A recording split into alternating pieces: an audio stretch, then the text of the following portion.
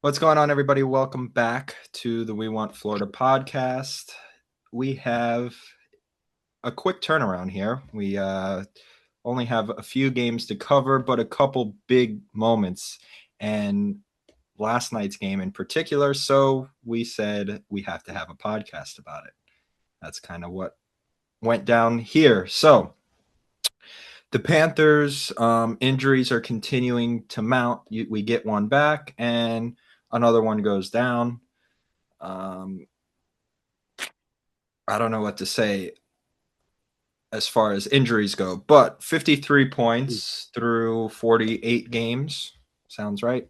And sixth place, 4 points, 5 points, 4 or 5 points out of a wild card position. There's a few teams that are ahead of us that we have games on hand. I don't think anybody has games on hand to us that's ahead of us. Maybe Buffalo has one game, I think. I, somebody check on that. But um, standings are still pretty close. The no big winning streak from the Florida Panthers at all this season through 48 games. And again, don't quote me on this. I think the longest winning streak is 4 games, I believe. So just kind of overall, I know we always kind of start with a quick little recap and how are we feeling with the team, but at what point in the season, and I'm not saying we're there yet, but at what point in the season does it almost feel like you're chasing points all the time because the level of play continues to get better throughout the league, throughout the year. As the year goes on, teams seem to start to find things that click. Obviously, staying healthy is a big component of that. But at what point in the season do you guys feel the games start to mount of importance? And then when you're in the position that they are in sixth place, few points out, that you always feel like you're chasing to get into the wild card spot? I think right now, like where we're at in the season is like there's no more like looking back. Like you have to start playing your best hockey. Like you have to at least, win uh every 3 out of 5 or every 6 out of 10 or whatever it is comes out to. Like you have to start playing better than the Panthers are currently. They're 4 points out of a spot. And there's so many teams right there that's the issue is like you could have a few games bad play, but there's so many teams. You lose a game, another team's jumping you. You win a game, you're jumping one or two teams at a time. Like it's crazy how close the Eastern Conference is right now. So I think it's in a spot right now that every loss it's gonna be disappointing and feel like we're not gonna make it. So it feels like we have to start going on a little bit of a streak, and we got a lot of road games coming up, so it could be tough. Yeah. Um, it's deflating. It's a deflating feeling. Obviously, it's deflating that, you lose games. It's always deflating. It never feels good. But man, the constant injuries are it's another level. You never want to feel this as a team because it's almost like every single game you're like breaking more. It's one step forward, two step backward, and it's like, man. But I'm very excited that we got Tkachuk back, and I do think that we are going to improve, and that's just one game, and that game was skewed from the beginning. There was, you know, a lot of I mean, just crazy rebounds. I mean, perfect rebounds I saw. Um, Bob doesn't absorb a few, but some weren't absorbable. They just bounced off his pad and just went straight to whoever scored the goal. I don't know. I don't really care. A shark there. Um, and it was unfortunate, but yeah. I mean, we'll have to see with Mikola, but yeah, it's deflating. And like we said, if Nico Mikkola is out, and Seth Jones has already been out for what, since the new year, so that's 3 weeks now, about. And then now if Nico Mikkola goes out also, which that's not confirmed or anything, I'm just making a point here. Arguably, that was the best defensive pair that this team has this season, Seth Jones and Nico Mikkola. And now both of those guys are out.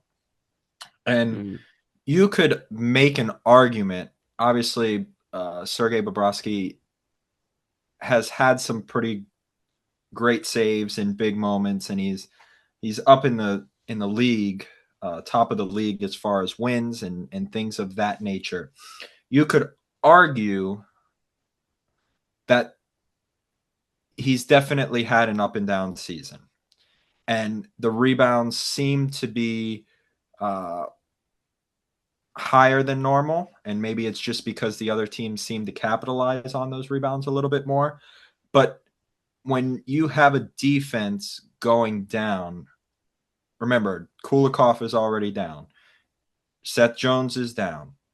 That's 2 of 6. This isn't a forward group to where you have four guys or 4 lines of 3, 12 starters, and then you have another guy or two that could be easily on the team starting. So it's 13, 14 guys kind of that rotate. This is a 6 guy group in the defensive pairings. So you have 2 of those guys already out, and now possibly Mikkola, which would make half of the defensive group out. And good math skills, by the way. I've been working on that. I mean, And school's coming to play here. and oh gosh, I lost my train of thought now.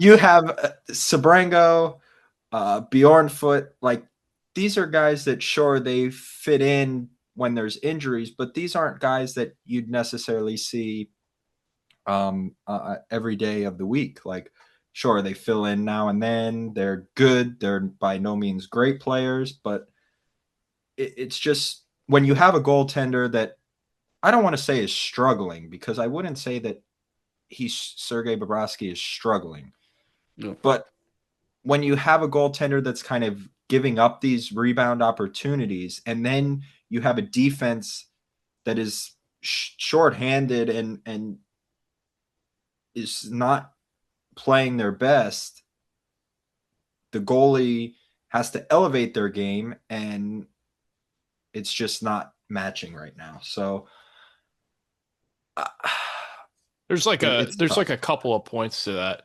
One, you guys said it best for the past, I don't know how many podcasts, but I mean the whole damn year, honestly. You guys have said it best that it's or not the whole year, because when Seth Jones went out, it was kind of really um came to the surface that Yeah. you know, when a a defensive guy goes out compared to a forward, with the exception of, Barkov, and it's hard to replace, right? And it's harder to replace than, let's say, like, okay, let's just put Boquist in there like we did in the playoffs last year, like, and Boquist eats on that line, scores a goal and whatever, and everybody said, and you don't even notice, right? But it's Yeah. so much harder with to replace a defensive guy. And the other thing for Bob is, and I'm gonna sound like a Bob defender here, but it is true. Timing is such a funny thing in sports, because timing that, like, to the rest of the real world, that doesn't impact anything, like 1 second or even milliseconds or 2 seconds, whatever, that doesn't really, I mean, what's the difference in 2 seconds, you know? But in sports, it's such a big deal. Um, so when you have your backup defenders in, and, like, let's say, like, a guy like Petrie, who is a bit on the slower side, don't, Nate, stop, right? And, there's a second that, he's not staying with the guy in front of him because he's a bit slow or whatever, and you keep having to replace these that are, on the lower end of skill, like Mikkola with his length, right? He can, that shaves down time because he has length. Seth Jones, he's fat. It shaves. All right, come on. Because with his speed, Barkov, whatever the hell he does, he's just talented. I don't know. That's just Barkov. But you know, and it's like it's just so that second that the forwards get to shoot the puck at the net, it's a difference from like angling yourself this way to squaring yourself up towards the net, and then you just get a way better rebound. Once you're square with the net, you get a way better rebound. Over here, it's no telling what can happen. You could shoot it in the 300 section. You have no idea. You're fighting with the Condor, who's 6'6", and he won't. He's like grunting, and you're like he won't like leave you alone.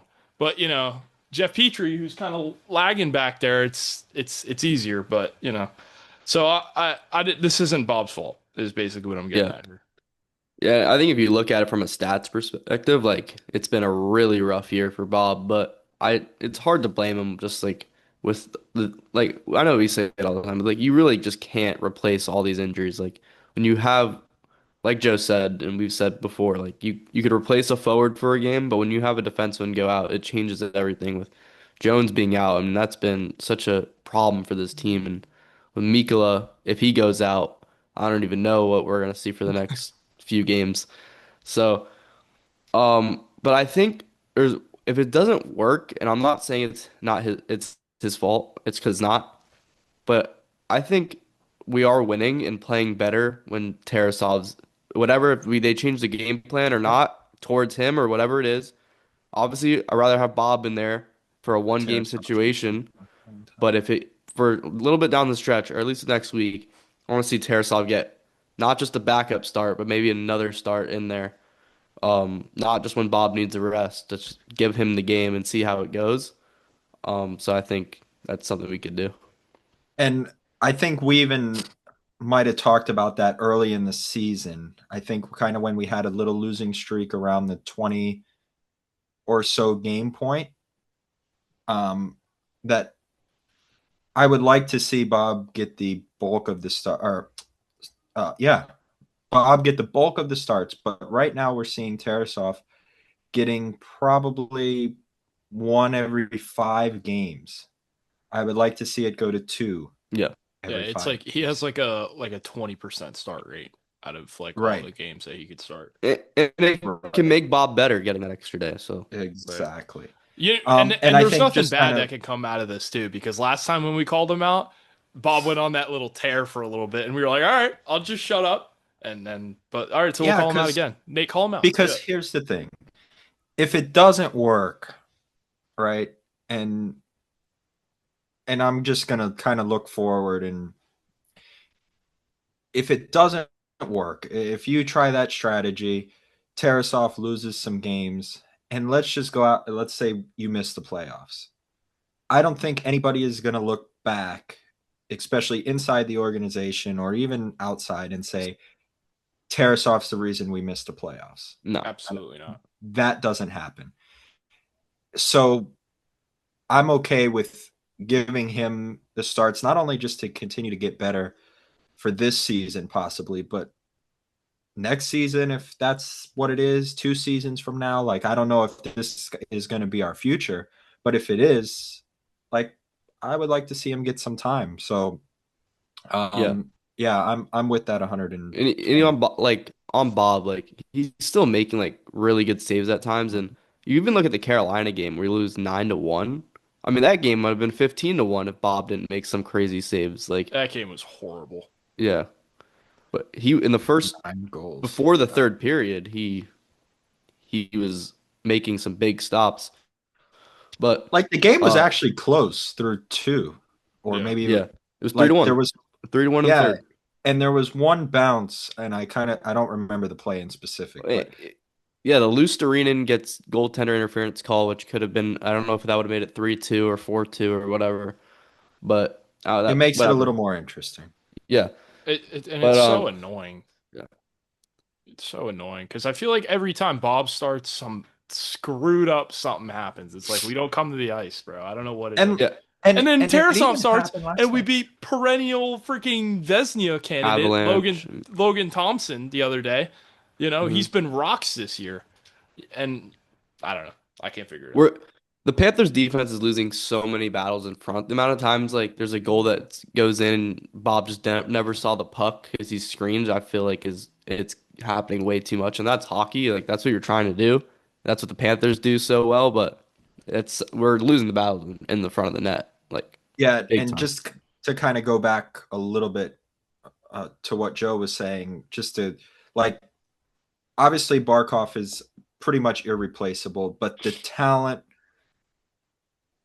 around, like, there's nobody that's going to step into that role, but having, the centers behind them, Sam Bennett, Anton Lundell, are a lot closer to stepping up and filling that role than a Jeff Petrie or Sabrango or Bjornfoot is to a Mikola Jones replacement. It's just a little different style of play, and we're seeing it, like Austin said, losing the battles in front.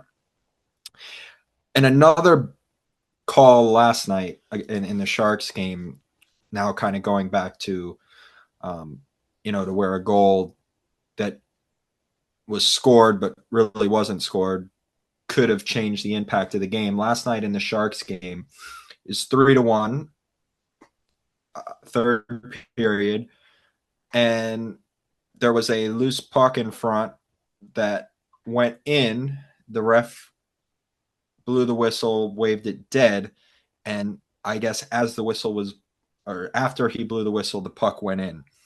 The puck was never covered. The puck was still alive, and I'm guessing the ref just lost view of the puck, blew it dead, done, plays over.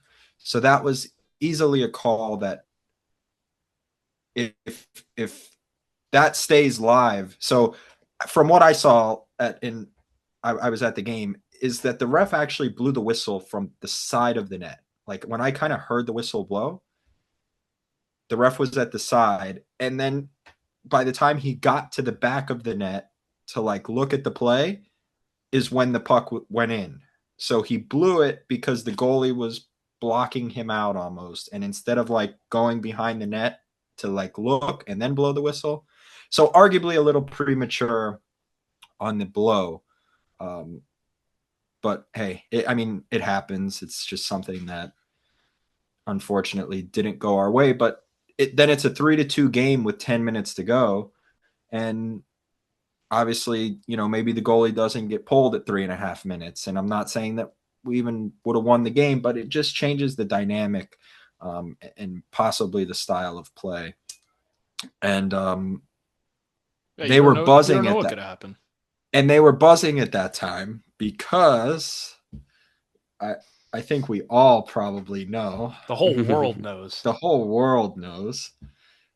And we've kind of, I don't want to say we've bashed Bob this episode because we haven't, but Sergei Bobrovsky drops the gloves. And it was such an exciting moment for the fans. I wasn't there for either of the Stanley Cup victories, and that was the loudest that I've ever heard the building. And not that I've really been there for huge moments. I've been there for, some playoff wins and some pretty good games. Like when we beat Carolina, when we came back 3-0, from down 3-0, like that was one of the loudest that I've heard. This was not even close. And that was a pretty amazing feeling to be there and witness that. And kind of the anticipation build up also, because it was a few minutes. It felt like a long time, but a few minutes before Bobrovsky actually came back. He went down the tunnel. Tarasov actually came out, skated around. They changed water bottles in and out.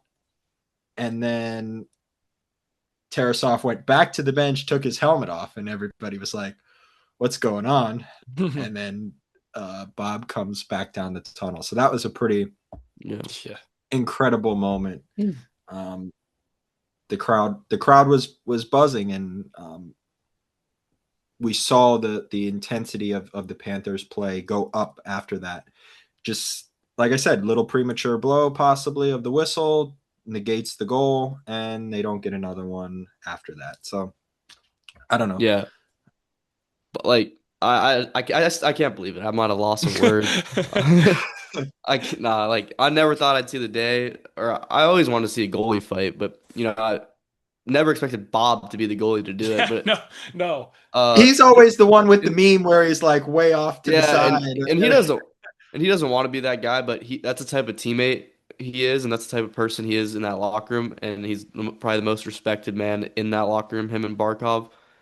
It just and that could be a moment in the season where you look back, it's like that was the moment where the 2025, 26 Panthers got rolling. You Absolutely. know, That's exactly what I was going to say. Absolutely. and if they could sneak their way into a playoff spot, I don't care what seed it is, they can make noise. And you will always look back at They all, Sergei Bobrovsky.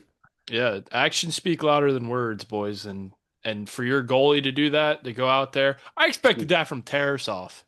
Because Tarasov's always the one throwing jabs at the net and whatever and going he crazy. already has some. Does he have it? He doesn't have not like a fight, No, he but got in he a has couple some. scuffles for sure, Yeah, it's been but involved. man, it's not a lie that phrase "actions speak louder than words." It's not. So for your goalie to go out there and do that, it sends a couple of things. It's like, yeah, I got your back. That's the obvious message, but like, it's also like, bro, I'm fed up, and it's not necessarily that he's fed up with the team. That's not what I'm saying. Um, he's probably fed up with the team in a sense of, man, like we can't even get all of our healthy players on. This is frustrating. Like, why is this happening? But it's also like in the same aspect, like it's like, let's get fired up, Like this Yeah. is let's go. Like let's have a hell of a run going into the Olympic break. Like this is the Yeah. turning point. Like let's do it, man. I'm gonna take off, or I'm not. He didn't take off. I'm gonna take off my blockers, and I'm gonna go. I'm gonna skate across the ice, and and He I'm was gonna. moving. Oh man, was he moving? I thought honestly, I thought he was gonna like RKO him. He was going so fast. I didn't know what was So gonna happen. I watched the clip and I was like, "Oh my god, he is moving." so I was actually on his side Yeah. when it was happening. So I saw it like I was watching the screen up top because the fight was kind of going on the other end of the ice, and I saw their goalie kind of throwing some punches. I mean, they were like, we'll just call them punches. I don't. And then I don't know what it was. Like it was, we'll just go with punches. And then I look down and I see I see Bob start to move. By the time I got my phone into my hand, got the video open, they had already like made contact with each other. So in a matter of like a few seconds that it took me to get into my pocket, get my phone out, he was there. So I was impressed. I got it. Yeah. I got it. We all just saw how fast Bob was. Pair him up with Uvis. Let's go. Put Tarasov in net and put Bob in a pairing. This guy is fat. Bro, I want to see him next to McDavid without pads on, skating the length of the ice. Let's do it. I bet she's faster than Jeff Petrie. Oh, no doubt. No doubt. I would put money on that. I would put money on that. Bob, take off the pads, buddy. Put on a bucket. Learn how to speak Yeah. defenseanese, buddy. Defenseanese. Oh goodness. Yeah, so that was that moment. And Matthew Tkachuk also returns.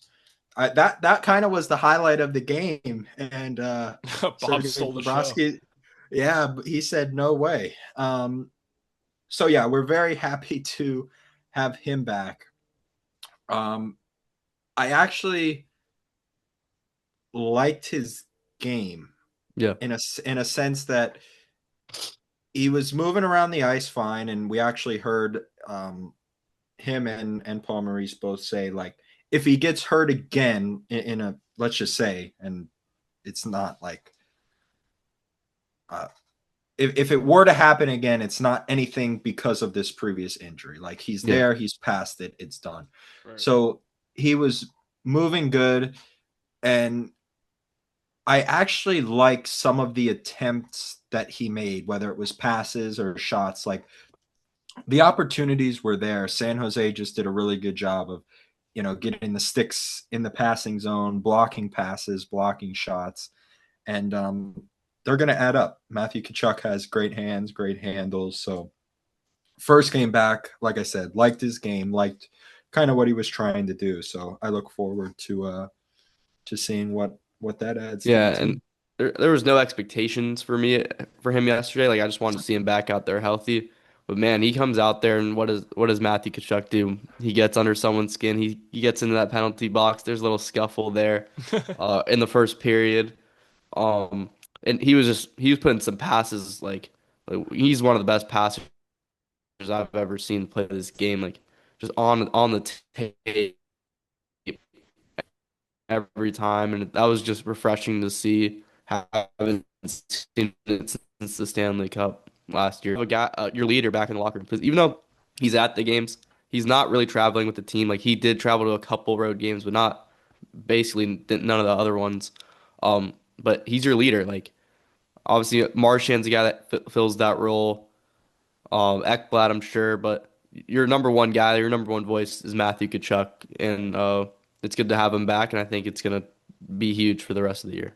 After that scuffle, when he because he was kind of the first to depart, the rest kind of pulled him out of the scuffle, and crowd went nuts for that also. So Look, um, Chuck's an instigator, that's what he does. it gives you a whack and then Yeah, gets the team He's fired got up. 99 instigating in Chell. yeah. um, so that was pretty exciting game last night. Obviously, didn't come away with the win. Man, looking back, they were down 3-0 going into the third. The fight, Matthew Tkachuk returned, got it to 3-1. Man, if they would have came back and won that game, Jeez.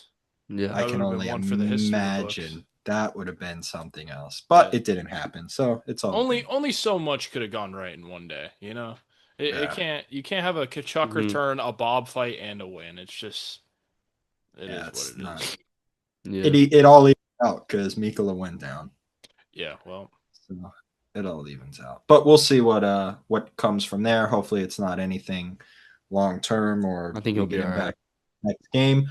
Hopefully we see Brad Marchand back this week, whether it's at the end of this week or by the weekend. I think there's a back-to-back Saturday, Sunday. I'm pretty Yeah. sure. Next Sunday game we. is Oh, Thursday. yeah. I think it's a back-to-back Saturday, Sunday. Yeah, I think you're right. So hopefully in one of those games he comes back. Schwint's back, by the way. We haven't discussed that. Just a little note. We've seen Noah Jones. Gregor on waivers, Stanika on waivers. So just kind of some of the moves in and out that have to happen for our better guys to come in and fill the role and fill the replacement. So And Jones we'll got kind of see placed what on happens. LTIR, so there's Jones retroactive to January 2nd. So we'll see what comes out Yeah. of that. That's some Yeah, like cap relief yeah. stuff yeah, that they have to do. yeah. Yeah, it just makes me Those are feel like just it's going to moving be parts. further, down the road. Yeah. That's what I Yeah, think. it's just kind of some moving parts as far as that goes, and um, we'll see what happens. Yeah. Well, I will say when Brad Marchand comes back, the forward group's ready to roll. Like we got Yeah, everyone besides Barkov, Gadrich, but like you could like that group's really really good. So I expect that to be great. And then it just comes down to getting healthier on defense. because Greer could go back to that fourth line, Which is Yeah, the way huge. he's That's playing. huge. and he has that physical factor, and he's hot on offense right now. So you kind of get that fourth liner replacement, Schwint, and Yeah. then Bogus. Boquist on the other side. So yeah, that adds a big Pretty good. like that makes it to where the forwards are comfortable. Like we've kind of heard Paul Maurice talk a lot about the 5 guy point. Once you get over 5 guys, it's tough. Like it once Brad Marchand comes back, like we're at that threshold now. If we could get Seth Jones back, That's That's I'm huge. comfortable with that. I'm comfortable with that team. like I'm good with No. Yeah, absolutely. Oh, 'Cause you know what we haven't noticed, or we haven't said. We've been on the defense thing the whole time. Shout out Uvis, man. I was just This about to guy. say I mean, dude, that game against the Capitals, what a game for that guy. I mean, took one right off the ankle, and then blocked a shot out in front of the net, scored a goal. Unbelievable. But you, Austin, go ahead. Yeah. he's been good on the power play. Like I was gonna say, shout out to Greer and Uvis for how they've stepped up Yeah, through all this. Like absolutely. we said it like probably 4 or 5 episodes ago. We're never gonna win with AJ Greer on the second line, and he's Proved you I mean, wrong. he's on the second line and he's scoring goals. I mean, he's over what 10 or 11 goals 10 now in the year, and career high.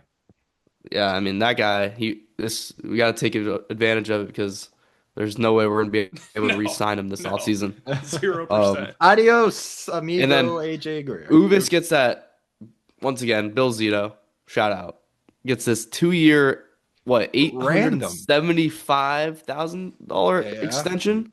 Yeah. Gets a goal, and he had a really nice week. He's So hot.